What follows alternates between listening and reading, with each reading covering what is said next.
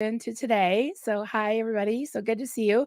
We'll do some greetings in a little while, but just for the replay crew, anybody watching on the replay, thank you very much for watching, and thanks to everyone that's in the chat. And yeah, it's been quite a weekend for Duncan and I. Yesterday morning, we were planning on doing some things with.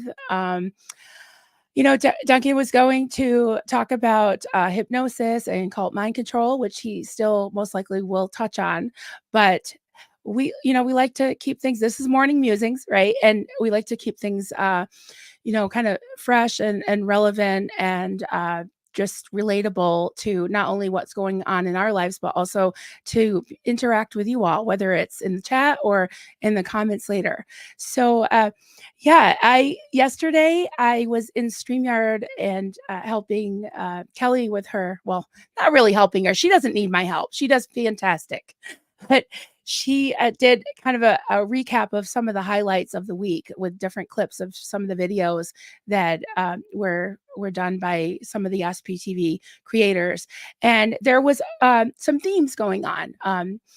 There was a lot of talk about accountability on the parents' part, as far as in Scientology parents, accountability as far as the creators in SPTV, and also a little bit of understand. I gained some understanding about like what all this is, because you hear a lot of phrases such as infighting, and Kelly said something that really struck me. She said, in what? We're not in anything. There's no infighting. And she always says the word out with a period. And she even has merch that says out, period. And yeah, we're not in, we're out. We're out of cults, out of abusive relationships, out of corporate situations that we're out of high control groups, we're out. Right. And I'm coming out. So we're out. We're on the internets. We're in the interwebs. And there's really no set rules. And that's something that I was thinking about overnight. And then when Duncan came to me with his notes about hypnosis, he said something that was like, that really struck me. Again, I keep saying struck me. It was like, just gave me food for thought. And there was this concept of power distance. And the more he'll explain it as much more eloquently than me. But as he was talking, I was like, this could really apply to what this whole big experiment that we're doing in this SPTV, universe, right? And like Kelly said, it's a genre. It's just a group of creators doing their thing, and you make friendships, you forge relationships, and there's bound to be some drama. It's the internet. And I don't feed on it. I don't thrive on it, but I recognize that it's a thing. It's something that probably can't be avoided, but I'm not going to shut up. I'm not going to soften my message, and I'm not going to follow anybody else's rules. And I guess, that might not be popular with some people, but that's okay, because I'm not in anything. I'm not in anything. So without further ado, I want to bring in my better half, my smarter half, my more organized half. And yes, here he is, guys. The one and only Duncan Honig is now free as an eagle. There he is. Hi, sweetie. Hello. Good morning, everybody. This is my debut on actually doing a live stream, not sitting next to Marilyn in front of her computer. She helped me set up my little office here and to convert it into a studio. So I'm in the game, and this is going to be very cool and going to be fun. And, watch out, everybody. Here he comes. So the eagle has landed. he's trying to take off. I'm trying to get off the ground right now. Oh, love it's watching on your channel. Awesome. Hey, thank you. Yeah, I was going to say thank you, everybody that subscribed and been encouraging it in this effort, because I've been in minimal trepidation because I've seen Marilyn make a success of it so far. So I'm very pleased to have the opportunity to join in and kind of cover my view of things a little bit, not take over on her and have her send me packing. That's because people like you better. That's why. Oh, no, no. No, no, you're doing quite well. I keep telling Marilyn, it's like, be happy to slow, steady growth is better than, something explosive, because most companies that balloon up too fast crash and burn. So slow, steady is usually the safest route to take. And she's got loyal followers and good friends on here, which is kind of what I hope to Yes, do very and good share. And friends. so this has been a really educational experience, because I have no experience having done anything like this before. So it's a growth experience as well as a lot of fun. And it's a cool sharing platform, because we all have ideas and thoughts and different subjects that interest us. So my thought is, like we were talking about doing what we're doing today. And I know I'm probably over talking my limit, but I'll go on for another 30 seconds. I just So, want to put up your banner, honey. Have people okay, subscribe to you. So head on sure. over to @freeasaneagle, just like that, all one word. And you can subscribe, like over there, and even watch from there if you like. That would be great. Yeah, Or I've open put up a another few tab. little videos and just things to kind of put some content out there. So I realized I couldn't put up still pictures, although I take a lot of pictures outdoors of nature scenes, and a few little videos here and there. So I put a few up of Austin and the Midnight 30 band. I put up a few of my waterfall pictures that I videoed, and a few skiing ones I just did the other day just for fun as an experiment. So those things are just for entertainment. And I put a little intro video, but that'll become obsolete shortly, hopefully.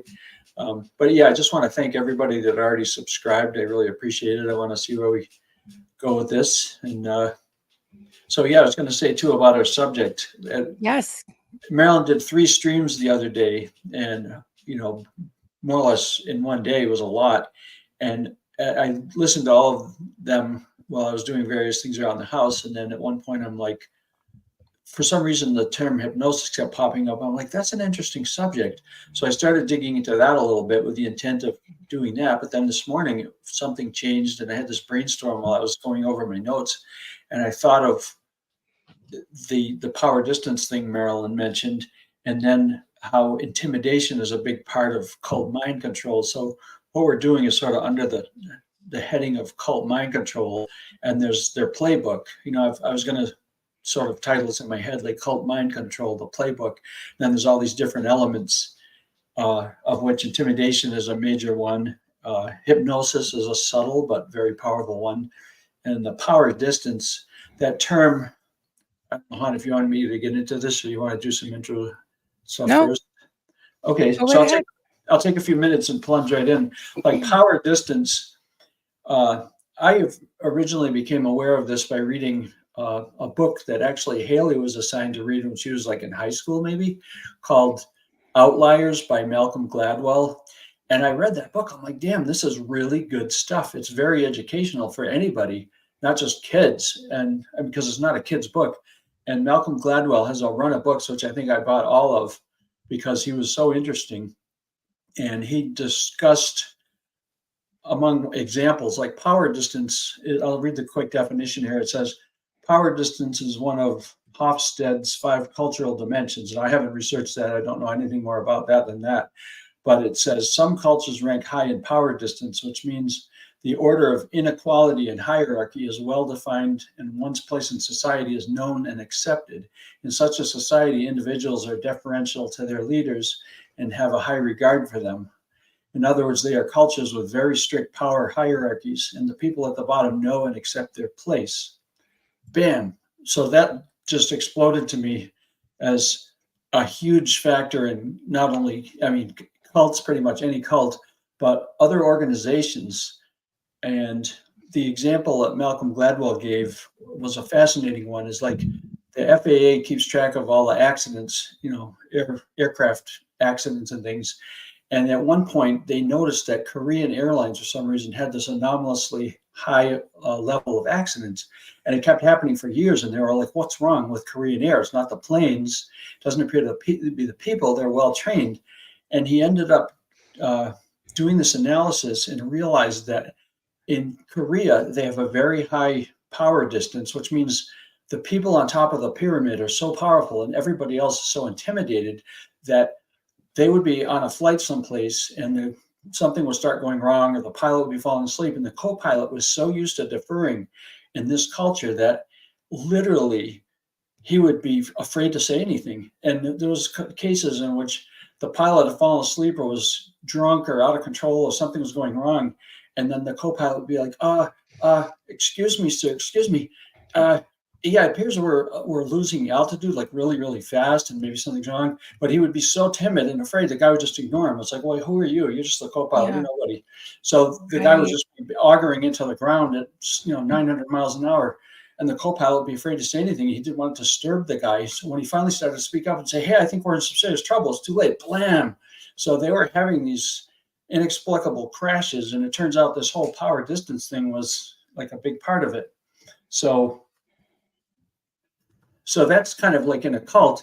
Hon, am I overrunning my limit here? No, I'm so into it. I mean, I got fired up about this. I found it really go for it. So I came up with this hypothesis. You don't have a limit. We just started. Okay. Yeah. No, I'm used to not want to take over your channel. Now I'm on mine. So yeah, you're on yours. You're my guest. This is Ask an Apostate instead of asking SB, because you are an official apostate. So this is Ask an Apostate. Okay. So I created this hypothesis. It's all popped into my head. I'm like, this whole power distance thing takes a while to build into being, but I created this little chart. I'm going to hold it up in the hope that it's actually clear enough to be visible. Yeah, I see it. Is that not mirrored? Can that be seen? Okay. I see it. It's not mirrored. No. Good. Okay. So my hypothesis was this, and it kind of goes along with the Malcolm Gladwell mentality, is like if you took 50 people and put them all in a room and none of them know each other, none of them have ever met, so that there's no hierarchy, nothing, no structure has been put together yet, and you leave those people in that room for an hour, after an hour, you're going to have a room full of people that started out as total equals. They've never met or anything, but some of the people in there are going to be business executives, some are doctors, some are like salesmen, some of them are just quiet librarian type people that aren't very assertive. And what's going to happen over time is people are going to start exerting control over others. Like a salesman will start asking people a bunch of questions that the obvious answer is yes, and subtly and without even meaning to probably draw a bunch of people in. And pretty soon he's rising up in the hierarchy. You notice I got this, the very bottom line is total equality. Like everybody's just walked into this room. Nobody really knows what the agenda is. And an hour later, number two means there's some people in the room that have risen a little higher than others. And then a couple hours in, you're going to see that third level. And then eventually what happens is the people that want power and that are more assertive and more aggressive are going to rise to the top. So all of a sudden, and notice on one side about power distance, like power distance is what's happening between the people at the bottom of the hierarchy and the top dog eventually that's going to come out of this whole thing. So over time, there's going to be a stratification. So some people are going to rise up in terms of power. They're going to align themselves with people that might stay at level 3 and others that stay at level 2. And then there's going to be a bunch of people at the bottom, which obviously the bottom of a pyramid is very big and the top is very tiny. There's only a few people at the top, and the masses are at the bottom. So anyway, so that illustration shows a natural progression that happens in any community, any company, and especially in cults, because cults use tactics to gain power. So this process takes place naturally, but it involves the use of a lot of different tactics that come into play. So in a minute, I want to jump over to hypnosis intimidation. But before I do that, why don't we check in with the chat and see what kind of comments we're getting? Absolutely. That was great, honey. Thank you. Yeah, you came up with that yourself. And I was like, that's genius. And it really makes me think of some of the things that I've been musing over. And this idea of even, where we're at right now in this community with SPTV is, are we in something? I'd agree with Kelly that we're not. And I think that unfortunately, there was a bit of a representation of like, kind of, this is what we're in. This is SPTV. These are the rules. This is how to get along. This this is like the status quo. And when things started happening and some people started having questions, it was like, oh no, no, no, don't ask questions, you know. And I think that's a really good analogy that you gave with the pilots and being like, oh, excuse me, what's, you know, we're crashing into a building, you know, like this isn't going in a great direction, or I have a question or whatever, and not being able to ask questions. And I like how you said that we're all equal, we're all human, we're all, you know, all that. And then some people, you know, kind of you know, rise over others, and some people have more experience. Some people have more experience on YouTube. Some people have more experience in Scientology. Some people had higher ranks Scientology. And I think that even having it kind of and I was talking to you about this today, hun, and I think I'm going to do my next morning musings about documentaries, about especially cult documentaries, is that there, the way, you know, there is a little bit of a dark side to it, because it's a production, right? It's let's put our best foot forward, let's get the best footage. And a lot of times people either get frozen out, or they get you know, in some cases, like there was one documentary where someone's saying that they weren't part of the promotional materials because they believe that they were discriminated by their age and by their appearance. And so you have all those things where it's like, this is what we want you to know, this is what we want you to do, this is what we want you to say, this is who we want to promote. And I'm not about that. I'm not about that. I'm not about wanting to just go with the flow, right? That's how I got in a cult. That's how I got in a cult. And I'm not, you know, I'm not saying SPDV is a cult, but you know, these type of groups can become a little bit culty, you know. So I like how you framed it in ways that it can be relatable in other, you know, uh walks, other things in your life. Like, so like Joel had said, this is also true in juries. I could see that happen. And you've got the what do they call the guy, the steward or whatever. Yeah, there's somebody that sort of becomes in charge of the jury. Is that not true? Like an actual juror? I forget the name of that Yeah, the too. head. Yeah, what is that called, guys? I can't even believe it. I can't even believe I don't remember. But yeah, hi everybody. I was popping up greetings as we went along, but just something funny. I want to pay homage to the dirty stay ups. We got Tony. Hi, Tony. Coming in. Moves for, oh, whoa. One of them's a little droopy, creepy. Good to see you. So I'm sorry. You know me. On a serious note, what were you gonna say Well, next? foreman, Joel put it in. Yeah, I've been on the jury Foreman, once when I went yes. through a week-long trial, but I couldn't Yeah. remember. Yeah, so you have a Foreman. foreman of the Yeah, jury. Obviously, he's going to have a that's little right. bit of sway. Jury foreman. Thank you Hopefully, very they much. represent the Yeah. majority. Oh, I could see you being the foreman on 3 juries, been foreman on all. Wow. I Well, could that's see pretty that. cool. You're smart. You know Yeah. what you're talking about. Yeah. So yeah, those were just some of my thoughts about this big crazy experiment that we're doing here. And I don't have any experience on YouTube.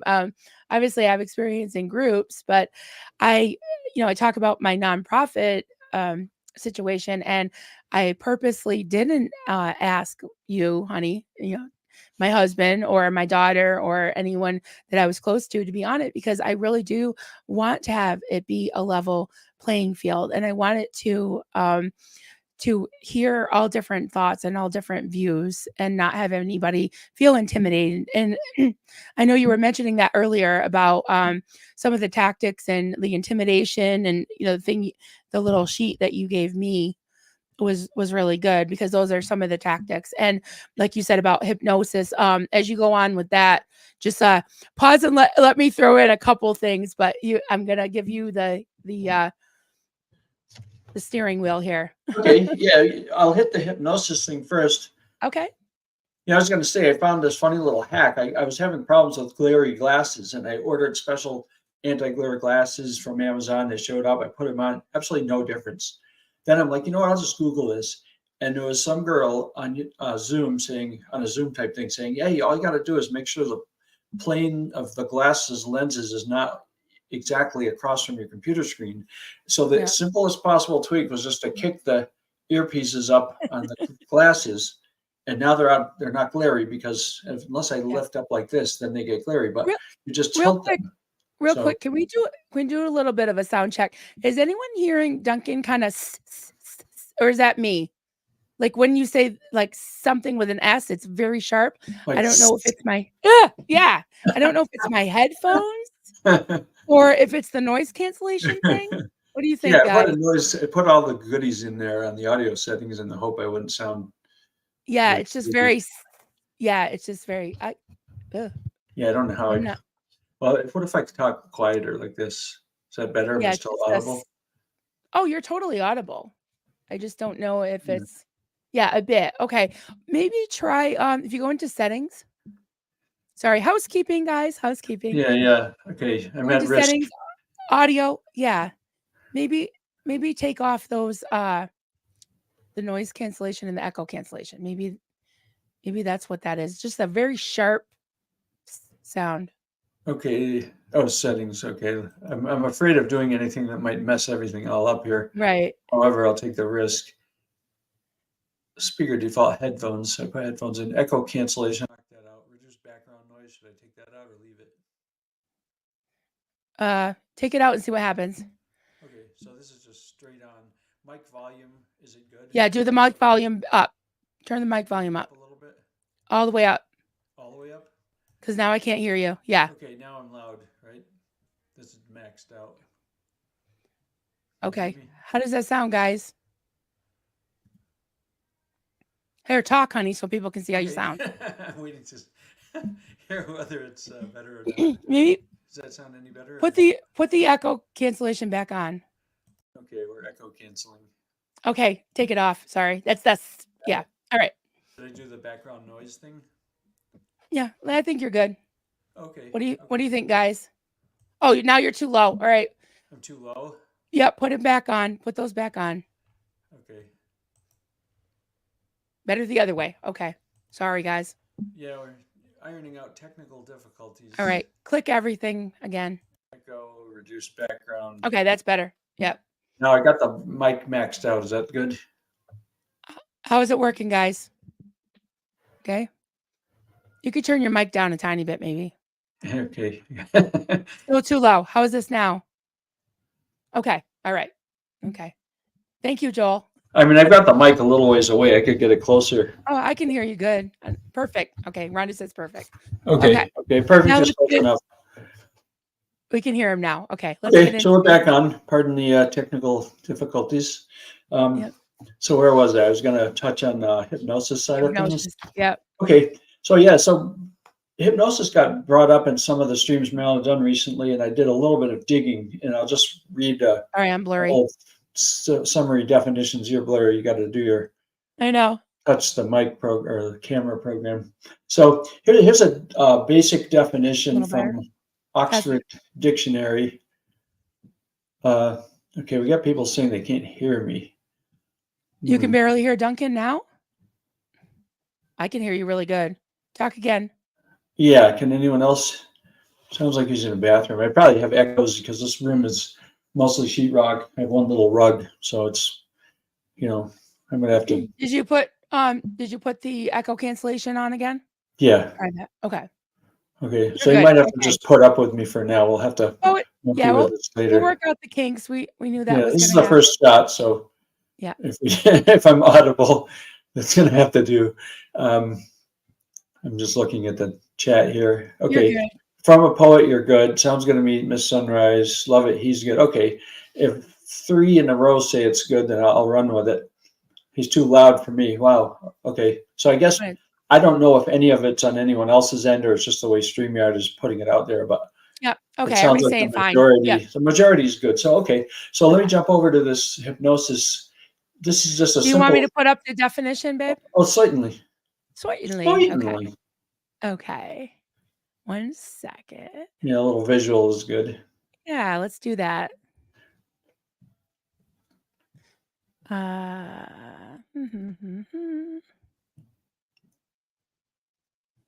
Oh, hold 1 sec. I just got to get the right You wanted Okay, the I'll start definition. reading it. I'll start reading it, and then you can put it up if you get it. Okay, I think I got it. Okay. Here we go. Okay, there we go. I'll just read it for anyone that's not watching the screen. So hypnosis is the induction of a state of consciousness in which a person apparently loses the power of voluntary action and is highly responsive to suggestion or direction. Its use in therapy, typically to recover suppressed memories or to allow modification of behavior by suggestion, has been revived, but is still controversial. So that's just a basic definition. I've got a couple other notes here. I just highlighted so I wouldn't be glittering endlessly. So then here's a little bit of the etymology. It says the origin of hypnosis is from the Greek word hypnos, which means sleep. Hypnosis, and gnosis typically is the word used for thought, right, in the Greek. So hypnosis is a state of mind that is characterized by focused attention and heightened receptivity for suggestions. It is either established by compliance with instructions or achieved naturally. The critical nature of the mind is bypassed during hypnosis and acceptable suggestions are delivered. It is a trance mental state that is later followed by the giving of suggestions. So that is really telling, because when I started thinking about it, I'm like, well, what do cults tend to do is put people in a receptive state. So, I mean, it's not necessarily some guy standing there twirling a little hypno coin in front of you. It's more like it can be very subtly introduced by repetitive things like chanting. I was reading up the definition of chanting, and I realized that music, rhythm, breathing, there's a lot of things that are used in meditation, because the flip side of hypnosis is meditation, because in fact, it says here, the difference between meditation and hypnosis has to do largely with the expectancies and goals and the relative emphasis on mindfulness, meditation, or suggestion, hypnosis. So meditation is something a lot of people do to get their mind to receive stuff. And typically in a religious or spiritual sense, a lot of times meditation is sort of like, okay, we want to receive from, the powers that be out there by being quiet and just listening, which can have good or bad implications. And then hypnosis emphasizes the idea of suggestibility. So you put somebody in a trance-like state, like meditation is you're putting yourself in a trance-like state to receive information or let your mind just work or talk, kind of allow you to have insights and whatever. And it's not a bad thing necessarily. But hypnosis is more like you give some outsider control. They're putting you in a suggestive state, and that opens your mind up. They sort of bypass your conscious mind, because your conscious mind is put in a sleepy trance-like state, and then they can get right into your head. And I was even thinking of an example that somebody had given where a room full of people, a hypnotist would be doing it for entertainment, right? Because I actually sat through a number of these when I was in college and when I was younger, and you get a hypnotist that would come there and start to work the crowd a little bit. And then there's always people that are more suggestible than others. And I'm one of those people. I'm not that trusting. And especially after cult experiences, I'm not going to give somebody else power over my mind to control it and bypass my conscious mind. That's suicide to me. That's stupid. But there are people that are so trusting and so willing to participate. They're just, willing to take the risk. And especially for entertainment, usually entertainment hypnotists aren't going to try to take control of people and put them in a bad or dangerous situation. But when I was in college, there'd be a guy that would get up on stage and work the crowd, get people talking and hanging out. And then at some point he'd say, everybody close your eyes, and I want you to clench your hands really, really, really tight. This is an example, and hold them there. And then after a few seconds, he'd say, okay, you will not be able to unclench your hands until I tell you you can. And after going through this little routine, he would call all those people whose hands were clenched to come up on the stage. And you get maybe, a dozen people that would walk up there and be up there and standing in front of the guy. And they could not unclench their hands. And then he'd say, okay, all of you that have your hands clenched, you can now unclench your hand. And all of a sudden, poof, they would relax and their hands would be free to move again. And it's just so power, like, oh my God, these people basically gave up control over themselves to somebody else. Look how easily that was done. So that's almost scary to me. But, that's an application of hypnosis. But there's so many other subtle ways it can be used. In fact, I think I'm going to jump over. Are we getting any chat going on? Or Yeah, I'm starting a couple things as we go along. People are saying that I'm like way softer than you, so if you want to put your volume back down on your mic the way it was before Okay, yeah, I'll dial it back down because this is I max. made you mess with things. Yeah. Yeah, Before I made you mess with things. we're in the Yeah. learning curve here. Okay, I'll back Yeah. it down a little. Thanks for bearing with us, guys. Yeah, this is Yeah. the test flight. Okay, so I've backed this down to about Okay. 2/3. Okay. Okay, Probably so better. let's take a minute to acknowledge people. Yeah. So we got Yeah. oh, Kelly Copter said, loving your background, Duncan. Very nice. Yeah, I love it. Oh yeah, Marilyn helped coach me on how to get this set up nicely. Oh, you So had most of it done. yeah, well, I love antiques, so I tend to have old furniture that I like and old things. So the only thing that's not an antique up here, I think, is there's a little thing of our little dog Rocky that Austin did on one of those things where you scratch off a background that has colors behind it. So often one corner is a little thing of Rocky. Then there's an eagle. There's a license plate. My brother used to be an avid license plate collector. He'd given me a bunch of them. There's an old beer stein from Germany that was in the family, a nice old oil lamp, an old little antique mirror. And we also used to collect insulators. So there's an old insulator there. So Yeah. just a bunch of funky stuff just to make it interesting. It's very Um, you, honey. It's very you. And we yeah, I got don't, people coming in. We got Cheryl. Cheryl, I think Cheryl. Hello. this is Clearwater Cheryl. Oh, She's cool. the one that Yeah. made me the body thin. And she's been traipsing around, marching around Clearwater Cheryl with AA Ron and Tampa B Man, Barbara, our friend Oh, Barbara, very cool. and Lori Plays.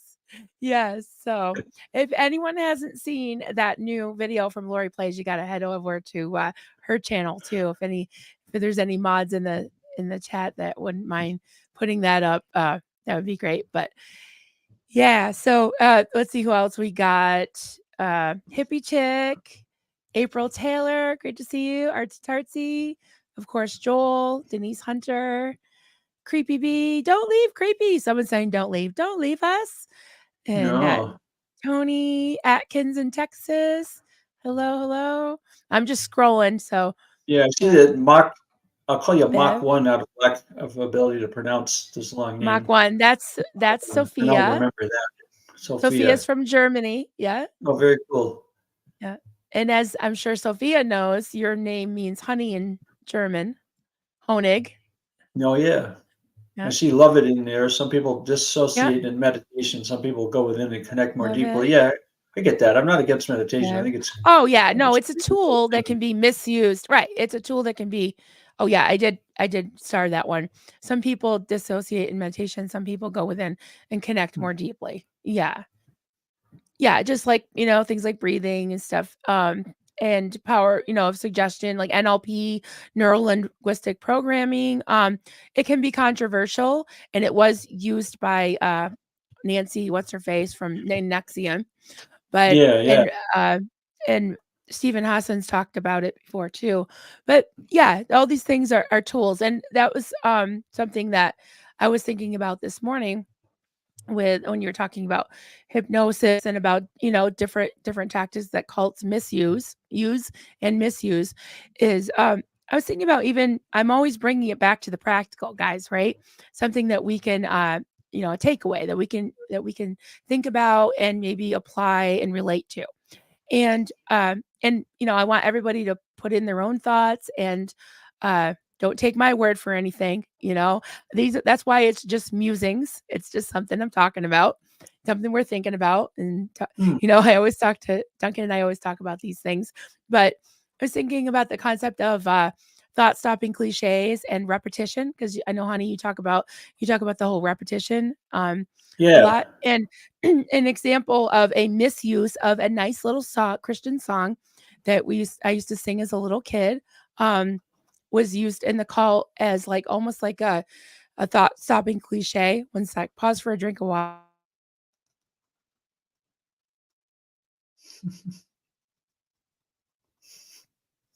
Sorry, dry in here. Is the song we used to sing, God is so good. God is so good. God is so good. He's so good to me. I know I'm off tune, but yeah, so you sing that over and over and over and over and over. God is so good. God is so good.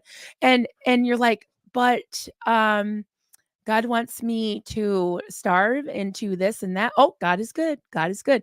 Or like, oh, geez, this happened and that happened. Or like somebody, one of my loved ones died. Well, God is good. God has a plan. It's like he planned for all these terrible things to happen. He planned Yeah, it for doesn't people to be explain anything. abused. He planned, Yeah. right, right. But it was just like, Just God shoot is good. down, you And so it's like, God is so good, but he's throwing you in hell. God is know? so good, but he wants you to starve. God is so good, but he wants you to take all your money. Like, come on. It just, I do think that, God is, it's good if you think God is good. And if I there's a mean, it God, goes along he's with that good. whole blind obedience mentality, like, you Right. just can't Right. question, you just have to believe. Because to me, like, the non-questioning thing is like, I mean, it's not a form of hypnosis, but telling people, like in Scientology especially, you're an SP if you question. I mean, you can't even in other words, you've gotta take your critical thinking faculties and just shut them off. What kind of nonsense is that? Like, if you can't question something and it can't withstand any questioning, clearly people don't want you to think for yourself. So that's Right. a red flag, a huge one. So Exactly, exactly. And that we're honest here, guys. And some of there I think there's been some thought stopping cliches that developed here in this community, Don't let Osa win. Keep your eye on the prize. I don't know, but whatever. I mean, there's been a bunch of different things like, oh, don't be critical, or you're going against the cause. It's like, no, I'm just being honest about what I think. If nobody, like, agrees with me, that's okay. That's okay. But we need to be able to speak. And it's like, who's they? Like this whole thing of like, um, feeling like there was like almost a hierarchy that was developing in this community. which would And tend to happen, it would. right, right. And this is what I put as the description. Um, I want to just share this because this was something that I put on my community page this morning. Share screen, share screen. There it is. So this was the time, 11:30 a.m. this morning, Eastern Standard Time. Groupthink and power distance. What happens when a group comes together? Sometimes a hierarchy forms and groupthink ensues. It's very subtle, and oftentimes it takes a revolution to break through and be freed. Is that happening in SBTV community? Join Duncan and me to discuss this. So something I'm seeing as a trend right now is that especially the second gens and the younger generation are pushing back. You got Liz Gale. She, bless her, she went out and put out some truth about her family, some things that had been covered up, and I'm sure that was so hard for her to do. She was very, very, very, very courageous to expose some things in her family that were covered up by Scientology. And Kelly, speaking out yesterday, Surge, all of them, the power Surge. It's funny that his Yeah. name is Surge. So and even several people that I know of, especially one up bringing up because it's been public, is Marisa. Our friend Marisa there, Diane Eddix. She had been slated to be on the Aftermath, Leah Remini in the Aftermath, but she was sidelined because part of her story would have made one of the stars of the show, which strange that they told her that stars of the show look bad, which was Mike Rinder. And some people have been asking about accountability for that. And I think it's legitimate. I really do, because nobody is answerable to Mike Rinder. Nobody, like this whole SBTV thing, nobody owns it. Nobody owns the nonprofit, the Aftermath Foundation. Nobody owns SPTV. Nobody owns the internet, and nobody owns you. Nobody owns me. Yep. Nobody owns Duncan. Nobody owns any of you. There's no rules. You have your own conscience, and everyone does what they feel is right. Lovett I said, totally agree with you. hierarchy is always an illusion. There's really no such thing. All right, go ahead, honey. What were you going to In say? your head. Oh, I was basically agreeing with you. I feel like the whole idea of free speech it gets suppressed when there's a power structure, the hierarchy thing happens. And I think one of the best things about the internet, I mean, people a lot talk about the downside of the internet and all this stuff. I'm like, you know what?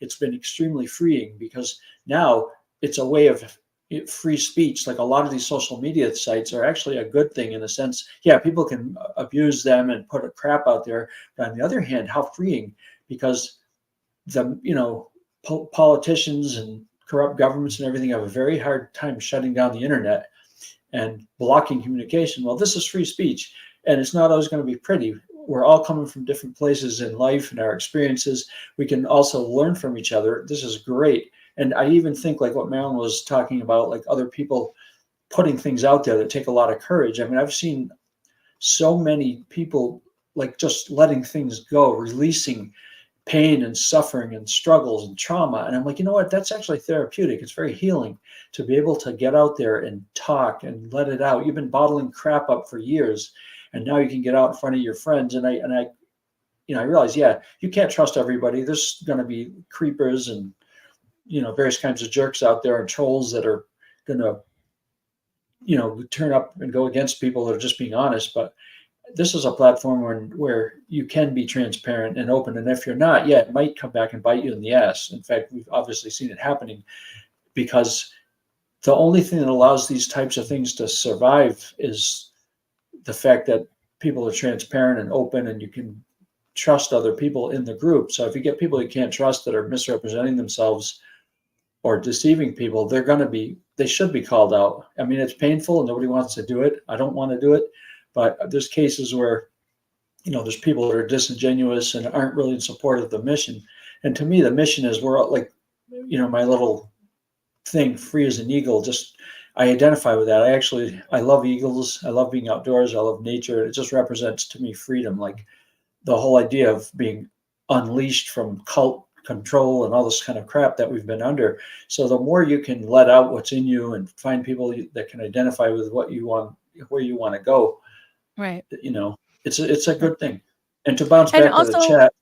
well, let me just say one quick thing, honey, is that just because someone's done some good things doesn't mean that you have to just give them a rubber stamp on everything. Like, Very true. you know what I mean? And you guys know what I'm talking about, I'm sure. And I'm not mindlessly following anyone, and that's why I asked some questions. I asked Aaron a question the other day. I'm like, what say you, Aaron? I mean, I'm going to hold you accountable too. We're friends, and I like what you're doing, and I like you as a person, but no one's perfect. And I hope people do that with me too. Either, there's been some things in the comments that kind of corrected me on some things, and, my misuse of the word apostate the other day and everything else. And yeah, I think about it. I take it in consideration, and I'm not like either ignore it or just be like, oh, you keyboard warrior, shut up, like, no, I take it into consideration, and don't tell people they have to think the way I think. No, Do we're what all I do. different, have different things to bring to the table. I'm just going to touch on a couple of chats I'm seeing. I know I'm interrupting Marilyn because she was about Okay. to do Do you it when see I the jumped start? There's starred questions too, if you want to go into the starred. in. Okay, let me But, see if I can figure out how to do pop that. up whatever you want to do first. Okay, yeah, I don't even know how to get to the You can start. click This is on. something I got to figure out. Okay. Up at the top, it says live. You're in the live chat, and then there's Oh, start. yeah, yeah. It says Oh, okay. 9. That's right there. Yeah. Okay, so Lovett said You can AA is an click on it, example. pop it up. Oh, okay. Yep, click on it, it pops up. There you go. You got it. There we go. Okay, yeah, I'm so new at this. It's ridiculous. I've never done any of this. You're doing it. So, You're doing it, honey. You're doing it. I'll get this down. Okay, so Lovett said AA is an example of something that some people can approach like a cult and some not. Some people can't help themselves to treat things like a cult. Yeah, I mean, most organizations are typically founded by, one or a handful of people, and they sort of set down what they think is the policy or the way to go, whatever like that. And that automatically puts them in a position of leadership. And then they draw in followers that are obviously below them, which is a typical part of any organization. So, and it can go bad or it can go good. Because I realize human nature by necessity is people are trusting, especially like I was having a discussion with the boys the other day of the idea that, there's a point like they're going through their typical adulting transition. and in their early 20s. I'm like, yeah, they say your brain isn't fully developed till like 26 or 27. And when you look back, it's like little kids obviously don't know anything and they need guidance. They need a lot of guidance when they're really small. And as they get older, they need a little less guidance. But when they're adolescents, they go through the transition of having to, they want to be independent and they want to rebel against being told what to do. And I get that. I've never been like one of those authoritarian dads. It's this is the way it is. Damn it. You do what I say. Damn it. You know, I'm like, no, I'm not like that. I'm like, no, if I want to get through to you with sound reasoning and love and caring, and let's discuss stuff. Instead of that thought stopping, you have to obey because I said so mentality, which I always Mhm. had great contempt for. It's more like, no, I want you to know the why, not just what to do. And I think I said this recently on another stream, is like, I'm the kind of guy that I never like just being told to follow formulas. Oh, this is the formula. Just follow it. Just plug numbers in. Well, wait a minute. Why does this work this way? I want to understand it. I feel like I'm being robbed of the actual learning about this thing. If somebody's just trying to ram it down my throat or say, just Right. memorize this. I don't want to memorize something. I want to understand something. It takes more work and time and trouble, but then you take it with you and you're not depending on somebody else to tell you what to do. You can think for yourself. That to me is the ultimate education, is teach somebody how to think critically and how to reason for themselves. It's like the teach a man to fish thing. Teach him to fish and he'll live for a lifetime. He'll be able to eat for a lifetime versus just throwing him a fish. Well, telling somebody just to obey you without explaining anything, you're making somebody dumb ultimately. You're not really teaching or training them in a useful way. So my attitude is, you know, give people what they need to work with and then give them some trust. So, and I'll take a second and give an extreme example of this.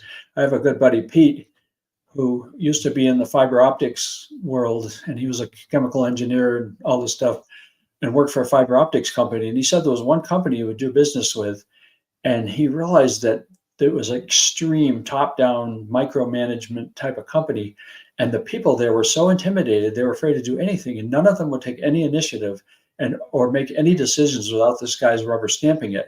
And he's like, oh my God, if that guy disappeared, the whole company would just implode because there's nobody that dares take any initiative, you know, because they're all being micromanaged. And I never forgot that. I'm like, that is just what you do not want, because that's high power distance, and it immobilizes and paralyzes everybody else. They're not able to function on their own. They have no confidence. And I'm like, you know, if Right. you really want somebody to succeed, you want to build confidence in them, you have to trust them.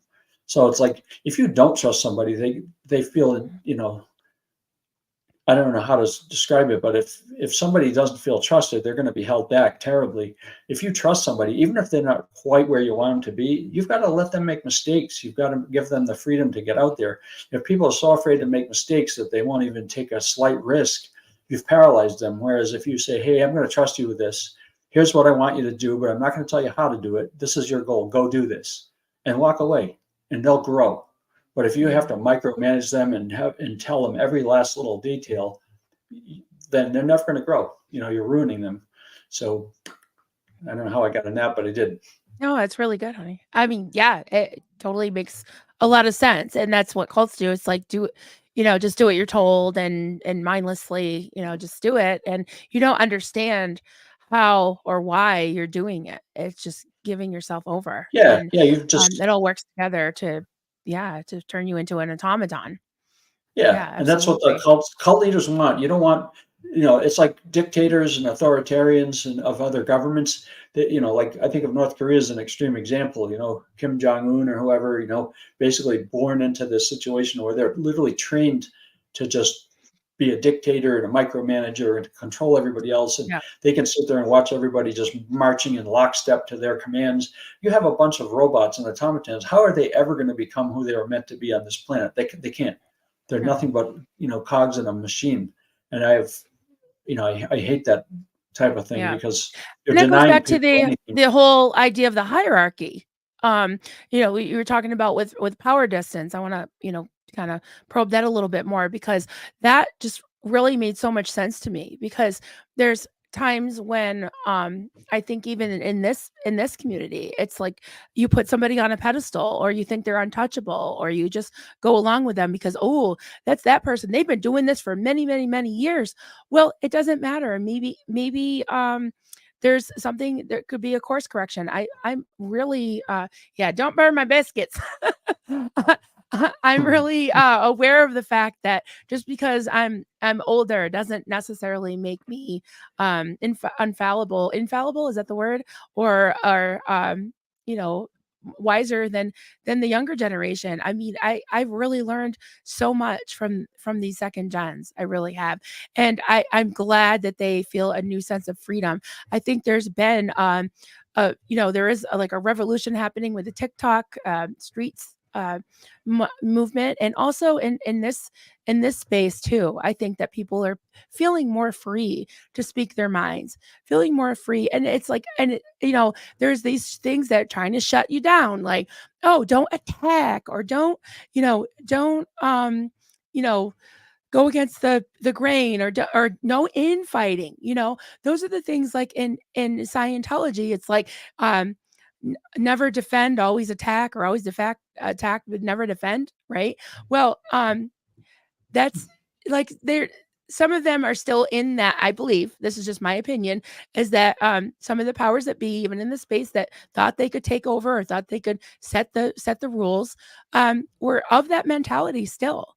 It was like, we're not going to defend ourselves, we're not going to answer questions, and we're just going to forge through and just step in line or you're out. And I think they found out that doesn't really work in the real world, and it certainly doesn't work with free thinkers and real critical thinkers, the healthy kind, and the younger generation that are like, hey, I'm going to Yeah, speak we out, have you know? to to this nonsense. Yeah, Yeah. like Yeah, there's a difference, right, poet. There's a difference between attacking someone and asking questions. I'm not calling anybody names. I'm not making, well, I do make fun of people. Well, I make fun of Scientology. I make fun of cults, and I do crochet pieces, but it's not any one person that I'm making fun of, you know? What were you going to say, honey? I'm sorry. oh, I was thinking, just because there's a lot of good stuff in the chat, let's address some of these. Yeah. Let's see. Okay, I'm just gonna learn to pop some of these up. Okay, Mach 1, isn't the generational conflict in the approach kind of a classic when it comes to working to the bullshit hangover and comfort narratives? Um, can you interpret that in a good way? You can answer. Me? Okay, the generational conflict in the approach, kind of okay, isn't the generational conflict in the approach kind of a classic? Okay, so how the younger generation approaches things versus the older, I believe that what it means when it comes to working through the bullshit hangover and comfort narratives. Okay, bullshit hangover. I I mean, the way I interpret that, and Sophia, you can clarify a little more, is maybe we were talking about controlling the narrative earlier. I think that, like, some of the thought stopping cliches, the status quo, the I've never heard it called comfort narratives. That's really interesting. But controlling the narratives, that's not really going to fly with the younger generation. So kind of classic. Yeah, I'm not sure. But that's kind of what I take it as. But that's very interesting. Very interesting. You want me to read a couple, hun? Yeah, go for it. Okay, from a poet. In groups, you are going to have people who are more going to command more attention than others. Yes, that's just how it is. The kicker is if you get pounced upon for asking questions, be wary then. Yeah, I brought up several of those examples this week. Yep, that is true. Feral Cheryl. I love this. This is good. Feral Cheryl. You need to make an actual channel, Cheryl, just so that you can call it Feral Cheryl and come on and just Yeah, be that's very like this. cool. Yep. HG Tudor said 2% of people are sociopaths. They manipulate their way to the top and control everyone else. The world is run by sociopaths. Right. The top 2%, top 1%. Yeah, sadly, it's a terrible principle. Yeah, It's you're right. crazy. Yeah, Hmm. it's true. Bev, what I've noticed about SPs is they all have a great sense of humor. Yeah, they're so funny. Yeah, that's so true. I have a blast with the SPs. They're awesome. This is a good one. I don't. Oh, go ahead. Go ahead. I was just going to throw this in there before I switched over to the Starred. Somebody asked about the cruise, if there were details. I think it was April, Yes. and we didn't answer that. So if you have the Yep. means of putting that up for anyone, we're hoping to get more people on board. Literally, Yes. Yep. so we're committed. We're in. Yeah. If I have a mod in the chat, it's just at Chow Yun Smuts. Smut. It's at Chow Yun Smut is the. I can make a banner. Is Cricket's channel. She has some information of FAQ on her community page, and also her email is chowyunsmut@gmail.com. So I can make some banners or put something in the chat. But if Miss Sunrise Dawn, if you're in here, if you don't mind doing that, that would be awesome.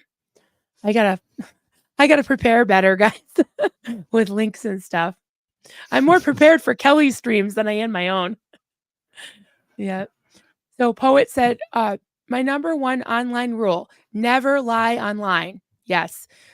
Sooner or later, the truth will eventually come to light, given enough time, especially if you put yourself out in the public eye. Yes. Honesty is always the best policy.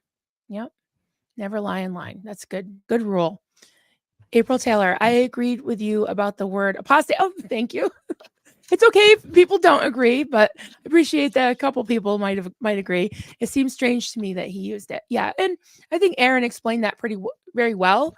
That the courts and academics had kind of taken that that word and mean it almost like maybe a whistleblower type thing, that they're sometimes disgruntled or whatever. But yeah, and I just said, and I actually played that part of it back so I could see what I actually said.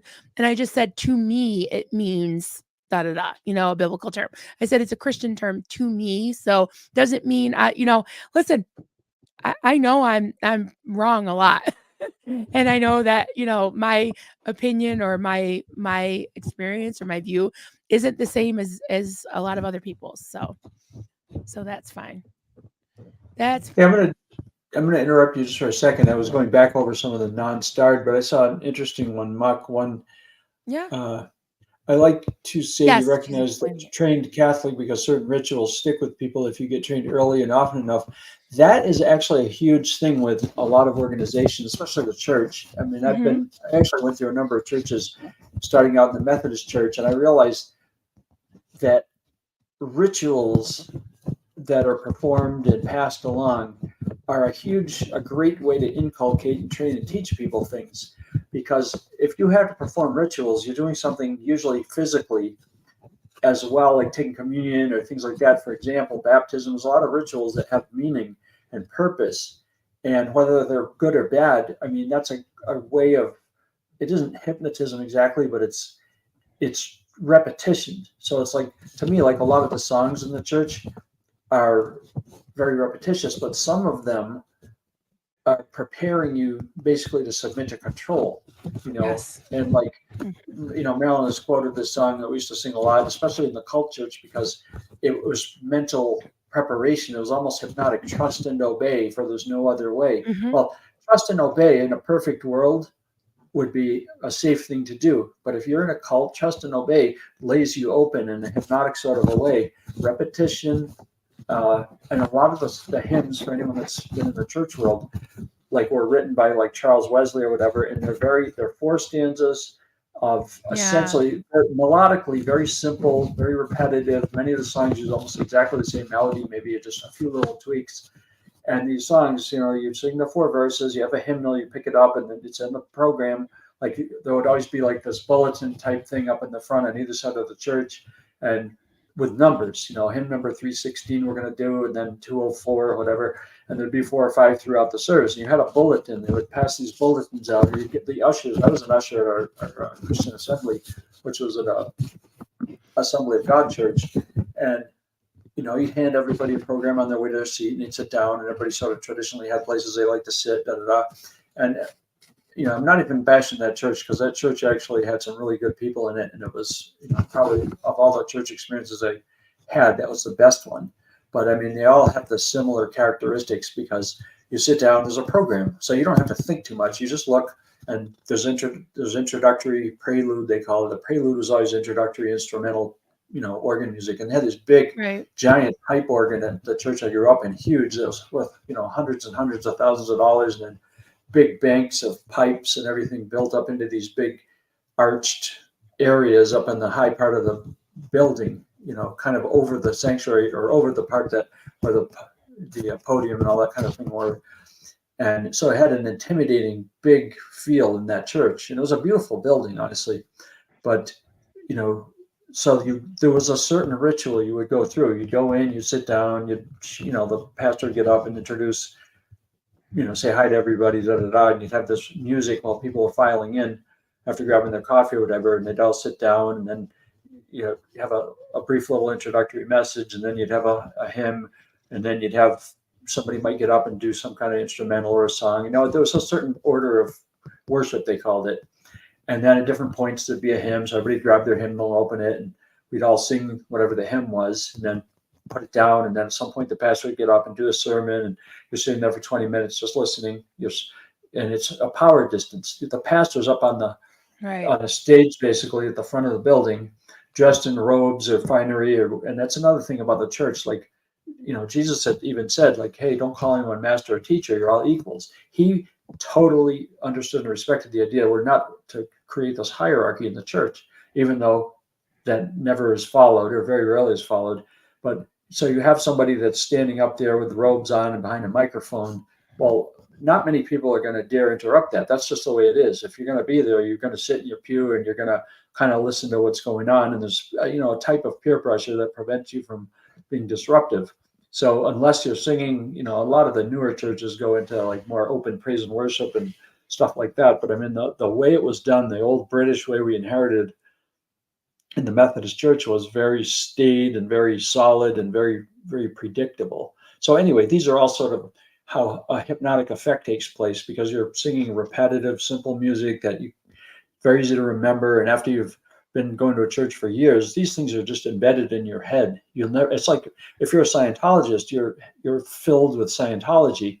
And Marilyn was saying a few minutes ago, like how the hierarchy that sort of was trying to establish itself with people that, in my opinion, like they make the joke about, you can get the girl out of the trailer park, but you can't get the trailer park out of the girl. Well, my attitude is you can get people out of Scientology with a little work, but it's very hard to get the Scientology out of the people.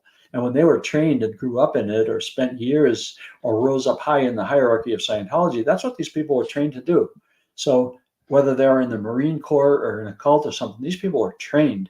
So it's very hard for them to not apply whatever techniques and tactics they were using while they were in the cult. Even though they're out of the cult, it's not out of them entirely. I think that's why we had some of the rifts that have developed in this community, because people are still programmed with this obsolete programming, but it's part of them now. It's embedded that's in them. the thing about fundamentalism, and I want to say, like, what you described growing up. I mean, I wouldn't consider that culty, although I could see how, like, with you were programmed because you learned all those hymns and then they were misused in the call.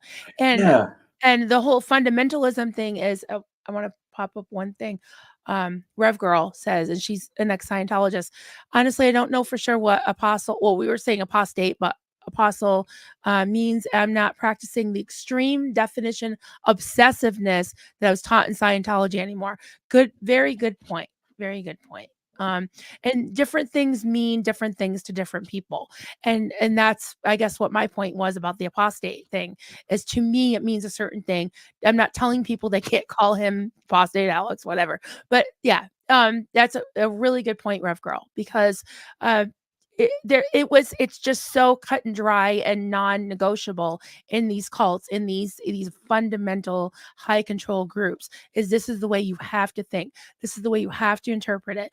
This is a source, or this is the gospel. This is the truth. So we're people, and we can interpret things different ways. We can understand things in different ways, and we can do what we feel is right. So that's my spiel. Yeah. I had a couple more things that were starred, honey. I just, if you don't If mind. you don't mind, I'm just going to step out for a quick second. Okay, sure. I drank too much coffee. I'll be right back. Don't anybody go anywhere. Click your mute. Okay, I can mute you. Hi, everybody. I'm just going to remove him for a minute. Whoa, hello. So I hope this is educational, inspirational, I don't know, some kind of ational. Yeah, it good to see you all. I'm just gonna put some special way. I don't know what that is. Yes, yes, yes. Yeah, thank you for that, Rev Girl. I appreciate that. Love it. Doug did the most extensive deprogramming of anyone I've heard of. He does such a great work to break down how the programming occurs. Miss him. I miss him too, very much so.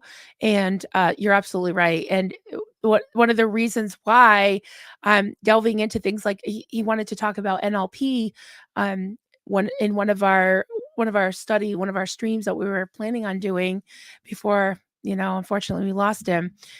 This is why I'm, continuing that work that we started together. And Duncan does great research, and I hope you've noticed he's really smart and thoughtful, and doesn't just do intellectual exercises just to do intellectual exercises. Very practical guy. So if you don't mind subscribing to his channel, that would be awesome if you'd like to. Consensually subscribe to Duncan. And it looks like he's back. Thumbs up, babe. You good? You good? All right. Pop you back in. There he is. You're Can back. you hear me? Yep. Okay, I cool. can hear you. Tilt my I can glasses hear you. up so I don't glare too much. Yeah. Cool. Yeah. Oh, thank you, Atkins in Texas. Love you. Your content and you, Marilyn. Thank you so much. I'm so glad you're all here. It's like, wow, we got 52 people in here. That's amazing. Cool. So good to see you all. I've got a few more starred. Maybe we can think about, winding down at some point soonish. Because Yeah, I got a couple more I'm gonna things have to go share, pee. and then we'll go on. Yeah, if you need to take a break, I can rant for a bit. Okay, I can do that. I just want to pop up a couple Yeah, of sure. things. Maybe Don't want to ignore we can. anybody. Yeah. Sophia said the older generations are more easily content with less addressing some of the issues, while the younger ones want to address more subtle issues in contrast to the direct survival reaction. That's good. That's a good point. Yeah, that makes a lot of sense. Rev Girl, speaking from my place in SPTV, I'm still very much working the trauma out, and my trauma is all gobbledygook.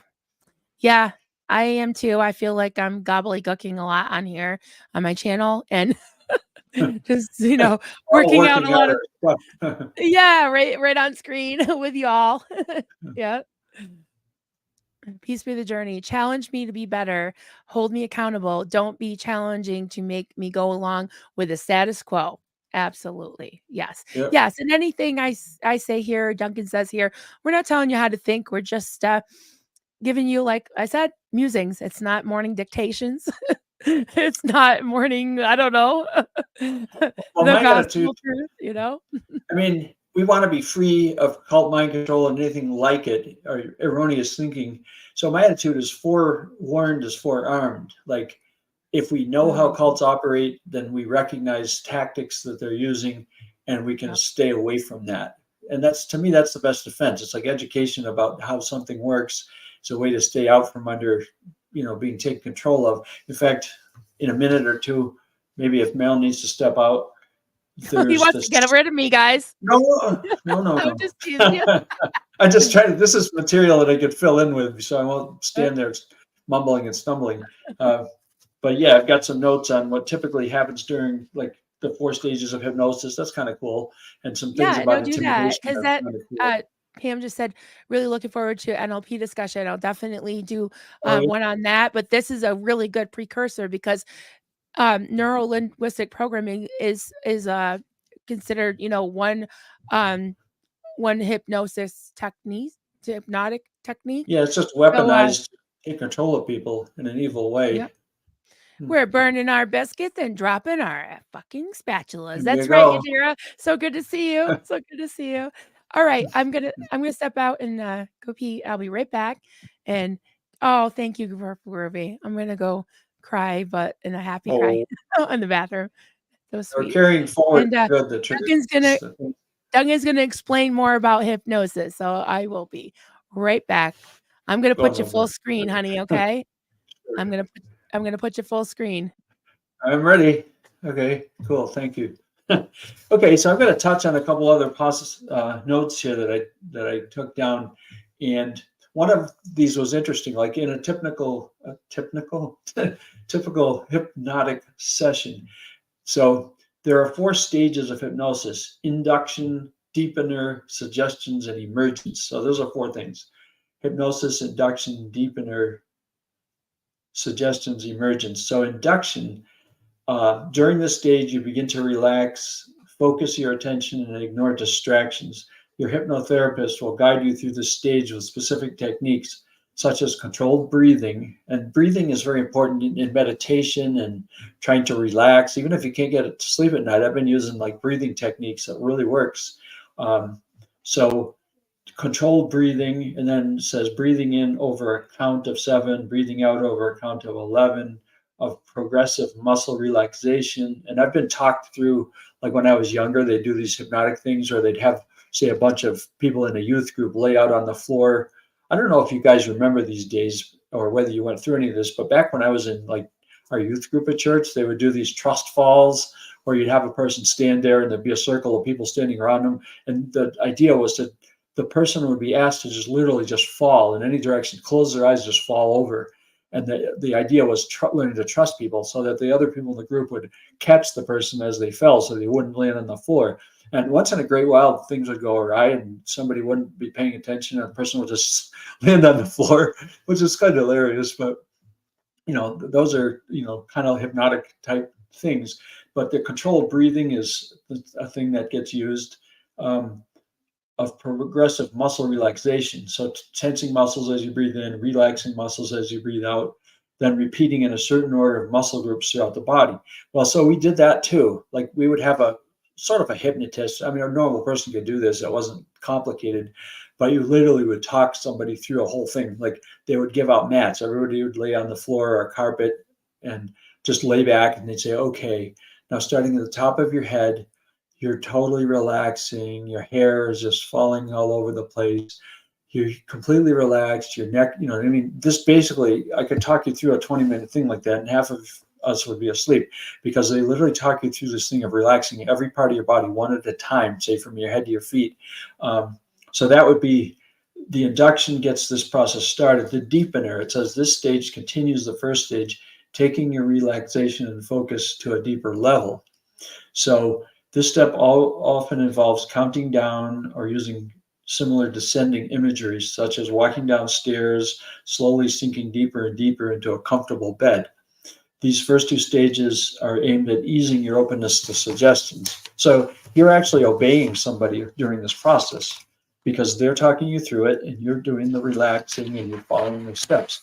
So this is hypnotic, and it's getting you into a relaxed state where they're sort of taking control of you.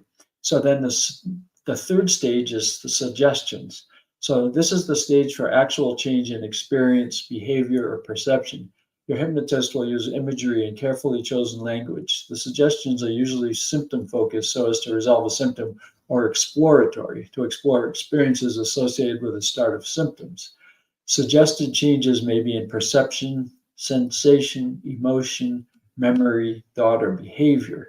So as an example, they say, well, to quit smoking, you'll learn to identify your triggers to want to smoke, learn positive ways to change, understand resources to affect change, disrupt your pattern, attach a better response, notice the difference, and install the change in behavior.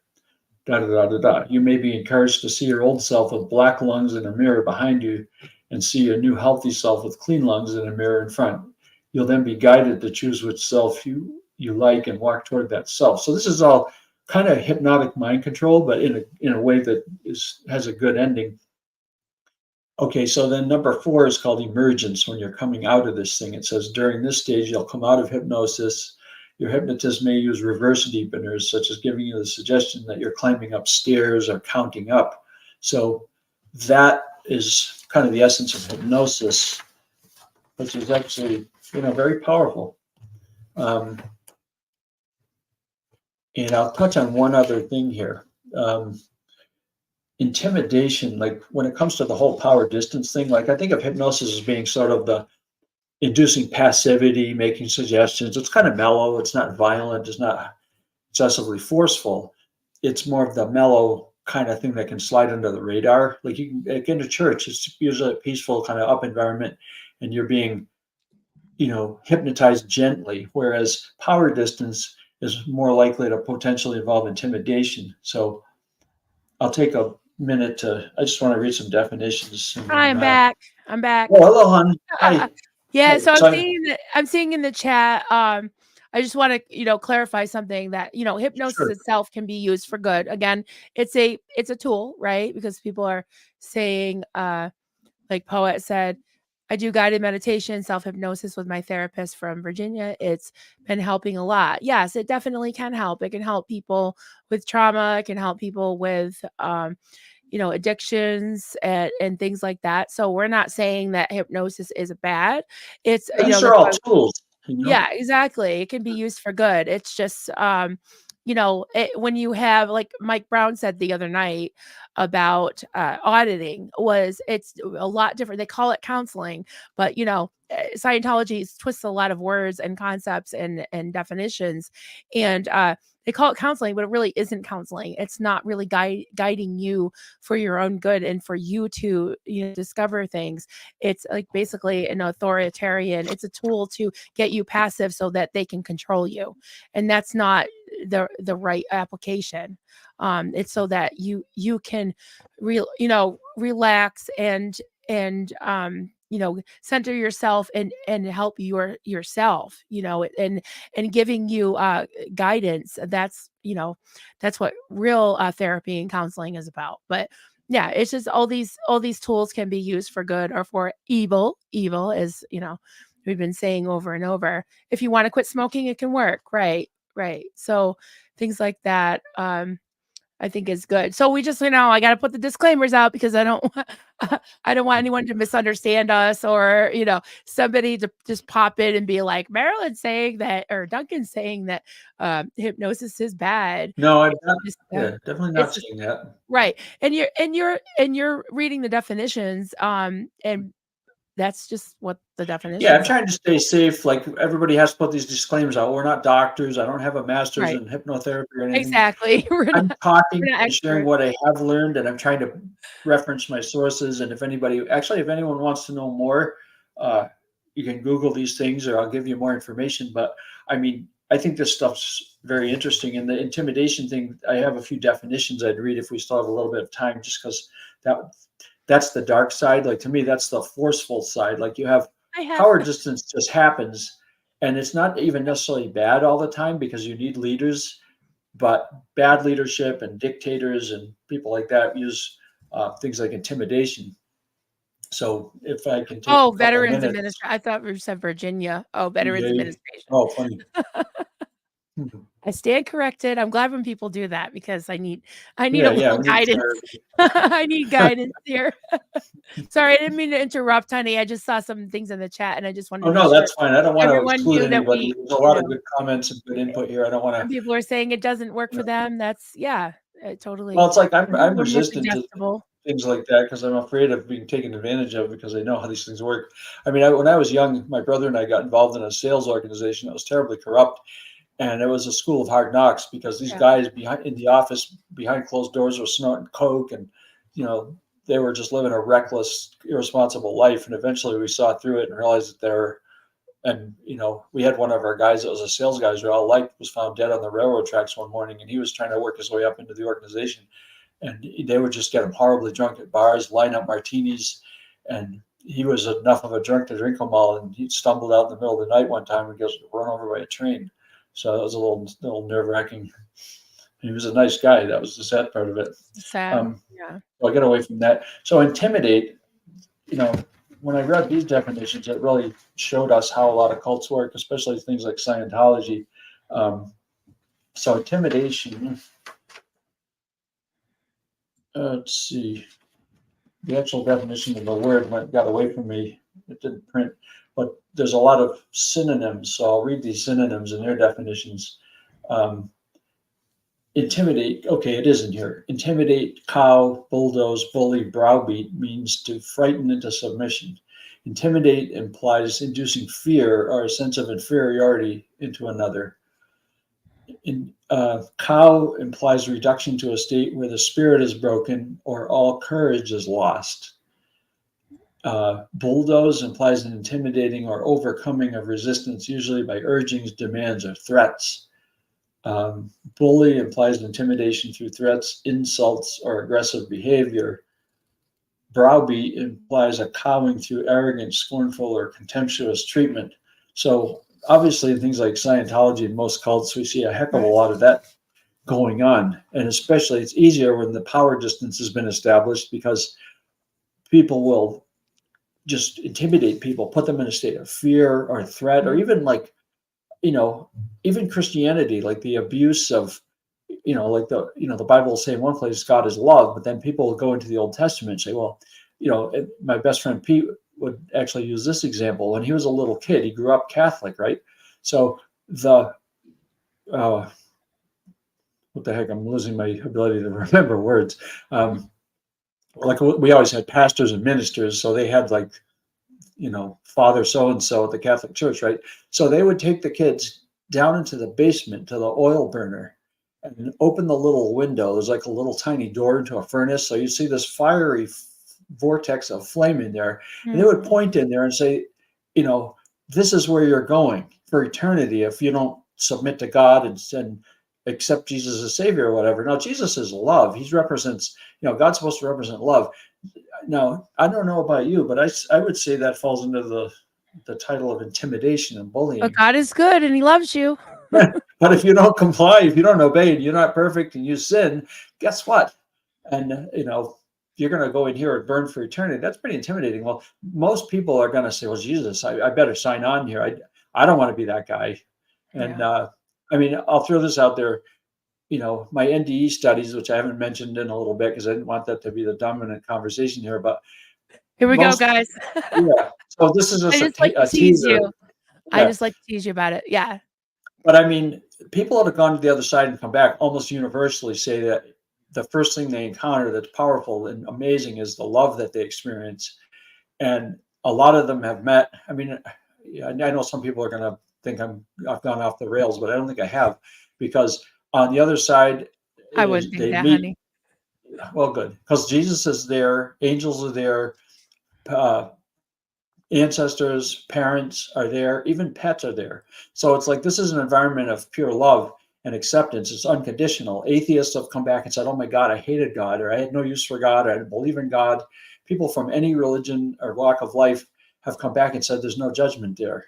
And I'm like, wow, that's a far cry from what most of us been exposed to. I'm pretty glad to hear that, because wow, and there's hundreds, thousands of people that have had these experiences. So, I'll put another plug in here. And this has been approved, but John Poe actually volunteered. He had an NDE at some point earlier in his life, and he volunteered to come on with me and be interviewed, which I'm very appreciative of. And I'm hoping to do that this coming week. So, and there's been actually several others. I've got say 3 people that have come forward and said they're willing to be interviewed. So he's the first one, I think, that had come to me about it. There's been a couple of others. I won't mention their names until it's been pretty much locked down. But, John said anytime, I said, as soon as my channel's up and running and I'm in a position to do it, which I think at this point I am now, he's willing to come on and do that. And I'm like, yeah, this guy he's a man's man. He's a tough guy. And I'm like, he's the perfect guy to talk to, because he's not going to mince words. And if he experienced something, I believe him. He's got credibility. He's a real guy. He's been a monster truck guy, a police chief. He's not a timid guy. And yet the other thing I've seen from him through the streams he's been on and everything, he's a very compassionate, caring, loving guy. And like, you know what? He is a good representative of people that have come back from the other side and have changed and are really caring people that do what they do to help people. Like being a cop, you go out there, he really believes in what he's doing. He wants to help people. He's a good, solid guy. And so anyway. So we're talking about Poe on the Go. Everybody. Poe on the Go. Yeah. Poe on the Go is going to be your first guest. That's amazing. Yeah. So I'm going to, we'll put that out there as soon as it's scheduled. I'm hoping to do it this week if he's good with it. And I'm fascinated by this, because to talk to somebody we actually know, I've been, listening to hundreds of accounts from people I've never meet. And I'm like, there are people out there, several of them, even on this chat, that have told me they've had these and they've been either afraid. And this is a new thing. Like in the past, people were afraid to speak out. And even 20, 30 years ago, there's people that will testify on their YouTube things that when they tried to tell their doctors they were shot up with Haldol or whatever to, you're having delusions, this doesn't happen, this is impossible, it's just a product of your mind breaking down. Well, wait a minute. If there's hundreds of people that have had this happen and they're thinking clearly and they can have perfect recall of what they went through, that doesn't sound like drugs breaking your brain down. That would produce maybe delusions, but very confused, disjointed things, not things that come together clearly and that are plausible, So anyway, that's been my major study lately as far as really digging deep, because, again, my emphasis with this channel, my channel is sort of like, where do we go from here? What is true? What's out there that we can work with? We've all been through deceptions and delusions and been misled, and a lot of people on here are jaded terribly against any concept of God or whatever. And I get that, I totally get that, because I've been there myself. And sorry, honey. I'm on a little bit of a rant, but anyway, I'm just saying that's kind of something I that I said I'm sorry. I'm sorry that I poop that sometimes, because I'm still working out like Well, what happened. It's all good. Here's the crazy part. It's all good. And I can even relax thinking, you know what? I don't have to control any of this. I'm not in control of any of it. All I want to do is seek the truth and share it. I don't want to be a cult leader. I don't want the responsibility. I don't want to do anything but just explore and find things out and share what I find out that's good. That's kind of the whole idea. And the free as an eagle thing to me is an aspiration of being free of delusions and damage and trauma and bad information and cult experiences and all this crap. It's like, no, if there's something real out there, that's what I'm still looking for that. And I feel like I'm finding some of it now, and I'm getting a better handle on, understanding life itself, because, there's so much we've been taught that was off the wall, and like Scientology is just made up crap. I mean, and Right. even the Christian church, for a lot of people, just scared into obedience, scared into signing on and saying they believe in Jesus. They don't know what they're talking about. And even the people that are preaching, half of them, unless they've been to the other side, they're parroting what they've read in books or been told by other people. And I think there's a tendency in man to want to put faith in something, because I've always been that way.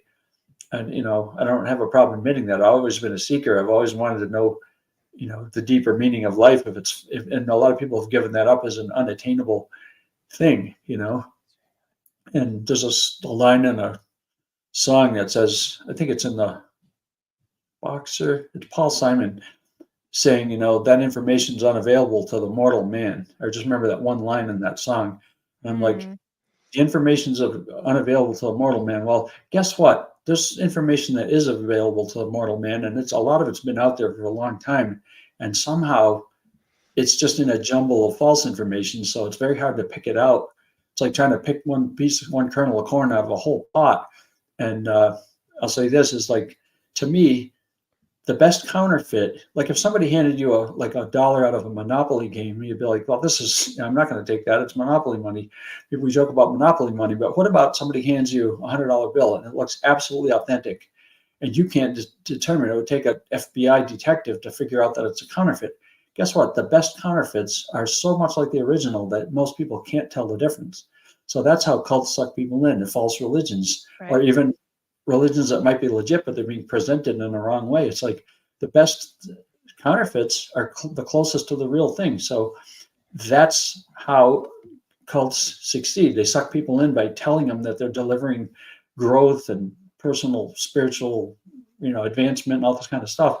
And if it looks authentic enough, people buy in. And then later, when they realize it's wrong, they've been duped. And now a lot of people are horribly jaded against any form of religion, because they've seen, there can't be 20 religions and they're all right. That's impossible. There can't be 50 versions of the Bible that are all right if they're different. What the hell gives, It's like, no, we've got to filter out all this crap, but it's very hard. Most of us can't detect the counterfeit from the real thing if it's a good counterfeit. So that's why I think a lot of us have been damaged, because we bought in. And humans that are motivated by their ego or greed or, whatever, lust, whatever their motive is underneath, and it gets out there, they're human. They're going to screw up. They're not going to present the truth correctly in a lot of cases. So that's why a lot of us are here. We're here because we need to get out of something bad and get healed from it and get over a trauma. But then where do we go from here? We don't want to just sit mired in a bunch of untruth that we identified as untruth if there's something out there that actually makes sense. So that's my spiel. That's my spiel. All right, I'm going to go back into the start, and we've been going for over an hour and a half. So Okay, yeah, we can set go people through free a bit. go through our start. Farrell, Cheryl, Marilyn, I'm putting the channel together. Yay! Oh, It's very at cool. Farrell Cheryl on the loose. Oh, let us know when you're Very cool. gonna launch, or I'll subscribe even now. That'd be awesome. I can't wait. Can't wait. Yeah, that's cool. Farrell Cheryl. This is Sophia. It's understandable to some degree with OSA throwing whatever they can throw at them, but paranoia won't get you anywhere. Right. Yeah. Definitely OSA is a consideration, a threat. It can be a problem, but I think it's been given too much credence, too much quote power.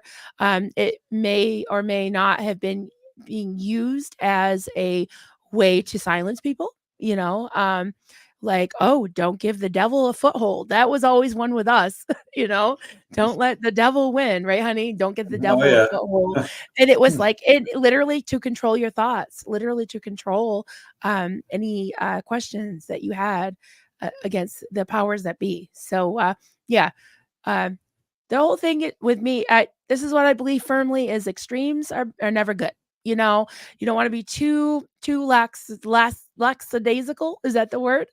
You don't want to be too lax about something, and you don't want to be too paranoid about something. So it's always striking a balance, right? Don't let things control you or stifle you. So yeah, I need enough stimulation to set. Oh, this is about hypnosis. To center myself, but if you choose hypnosis in a safe environment, all the power to you. Yeah, I like Yeah, that. it's a tool, Yeah, it can be very useful. yeah. Who does this sound like? God is good. He needs your money. Yeah, that's Follow George the Carlin. money. Yep. George Carlin, right? He's like, yeah, he's like, if you don't do what this guy says, you're gonna burn forever and ever and ever and ever. But God loves you, and He needs money. Yep. That whole lie of, funny. if you give your money to God, then He'll multiply it back to you and all this stuff. I heard all that hogwash from No, so well, many it does to preachers. somebody else, right? Yeah, the faith, the faith doctrine or the prosperity doctrine coming from somebody who takes the money of, widows and people that can't afford it. And it was like, I'll bless this handkerchief and send it to you. If you send me $20, and that $20 adds up, and it's like, you're gonna get that too. No, you're not gonna be Yeah, it doesn't driving happen. a Yeah, Cadillac like they are. A Ponzi Yeah. scheme, a religious Ponzi scheme, basically. Yeah, exactly. Rev Girl said she'll come on your channel. Duncan, yeah, cool. I never understood how God was loving with the stories about him, like making a dad kill his baby.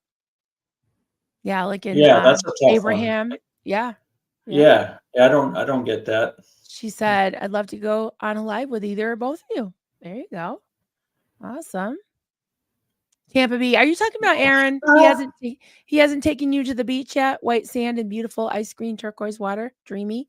Oh my God. I can't wait to go on the cruise so we can see Aruba. I know. Well, that alludes to some of the stuff I put up on my channel, which it might. I can't. If I lived closer to the ocean, then I would be totally doing videos from there, which I hope to do soon. Yes, definitely do videos from there. We'll definitely be doing videos from the cruise. That's for sure. Yeah. Tampa Bay, man, Barbara. The best thing my mom taught me was that it's not my job to judge anyone. Load off my mind. Yeah, exactly. Yep. Right. Yep. And my dad had. Oh, this is interesting, honey. My dad had a dream after my very religious grandmother died, and in it she said, "We got it all wrong."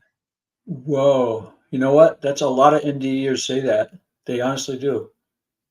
They say, "Oh my God, we're totally just duped into believing that, God was harsh and judgmental," and it's like totally not the case. So that's interesting.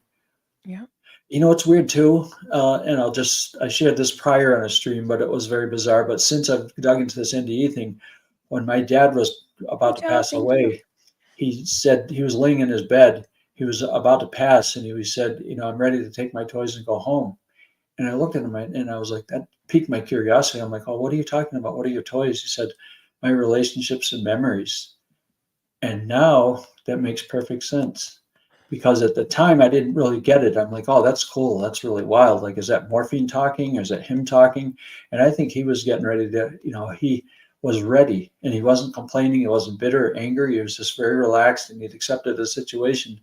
And, when he went to the other side later, years later, I'm like, wow, those words stuck with me. And I'm like, that's exactly the way it is. People come back and they're like, they're seeing their past relatives, they have their memories, and people even say, well, you can still do all the stuff you love doing here, but you're not limited by your body. The colors are more vibrant and amazing. The music is crazy. It's beautiful. And all communication is telepathic. There's so many aspects that I'll get into on my channel so I don't get too crazy here. No, But I mean, I need amazing. tissues because I really loved your dad, and I remember you telling me that, and that's so much him. If anyone, I have I've been at a lot of unfortunately been through a lot of loss and a lot of deathbeds, as you would say, some people would say. And your dad went so peacefully, and with he died the way he lived, with class and Yeah. peaceful. And yeah, I could see him doing that. And yeah, I just loved your dad. It Yeah. was He was a good guy. yeah, yeah. All right, guys. Beautiful music. Where do I sign up? Yeah, Joe. That's Yeah. amazing. Well, thank you everyone for Yeah. spending time with us. This was amazing and great. And thank you, honey. And congratulations on your new channel, babe, in the other room. Yep. And Yeah. Thanks if for helping me get set up. no problem. If you haven't subscribed to Duncan, what are you waiting for? It's like heaven over there. This is the dung heap over in this in this corner. In this corner, we've got the Jezebel on the dung heap.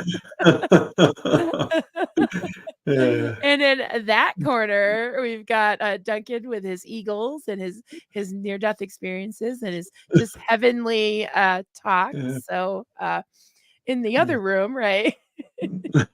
Thank you, Hippie Chick 69. Yeah, thank Great you all for coming on live. and Yeah. listening to us. This has been fun. Yeah. I'm glad Thank you. to call this a success for our first attempt. Yes. Thank you, Miss Sunrise Dawn, for all your hard work. Really appreciate it.